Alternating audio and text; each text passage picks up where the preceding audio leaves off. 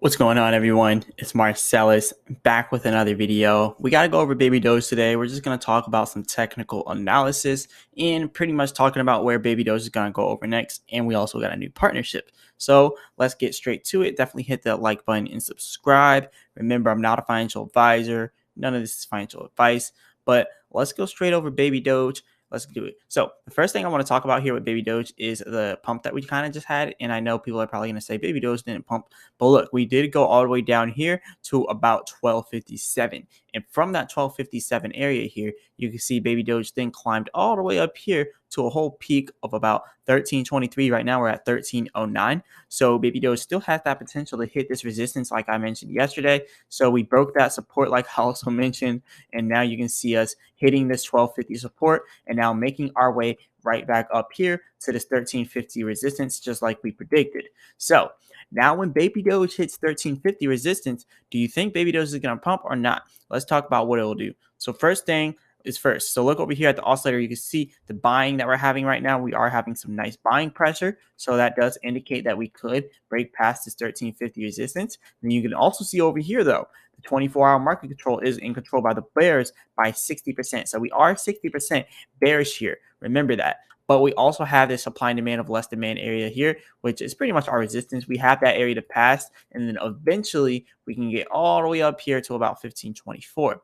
So there is a possibility for Baby Doge to rise, but really we do need the Baby Doge swap to come out. You know, the actual version of the swap, the main net. We got the test net, but there are a lot of errors on the test net. We just need to get the main net out there. And then once we actually get the main net out there, I think Baby Doge has a huge possibility of just pumping huge after that. So we really need to get the main net. So anyways, here is the test net. I've been talking about this on all my videos, but as you can see, the test net does have some, errors here, but there's not many errors to be honest. When you look over here, it does show insane amounts for total liquidity, which we know we don't have all that liquidity there. We know all of this is like a lot of errors here. So we just got to wait for it all to really come into fruition. So just wait for all the errors to get dealt with, and eventually the Baby Doge test net will be the main net. So just wait for the main net to come out.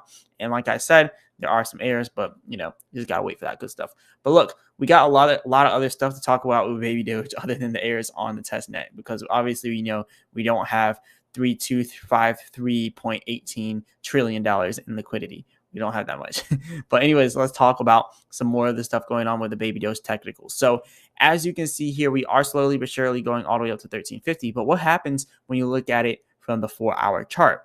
So looking at the 4-hour chart, it does show we're inside of this red area of less demand, kind of indicating that we might actually drop back down here to this 1250 support again.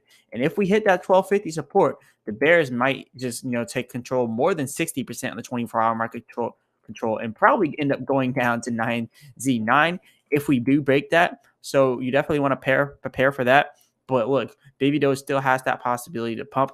Not much has really changed with the technicals other than this area here that we talked about how we hit that 1250 support. So right now we're just waiting for us to hit this area here all the way up at a 1350 resistance. And then that's when I'll be making another update video. So that'll probably end up happening tomorrow. We'll probably end up hitting it there. And if we do get rejected at this 1350, then just expect for it to go back down to 1250 if we do get rejected. And if we don't get rejected, then I'm expecting it to go out to this resistance that we talked about at 1550. So that's what we got to look out for immediately with Baby Doge.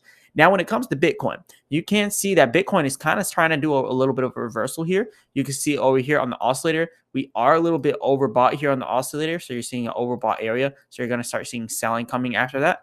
And you also see it's still bearish by 60%, kind of like Baby Doge.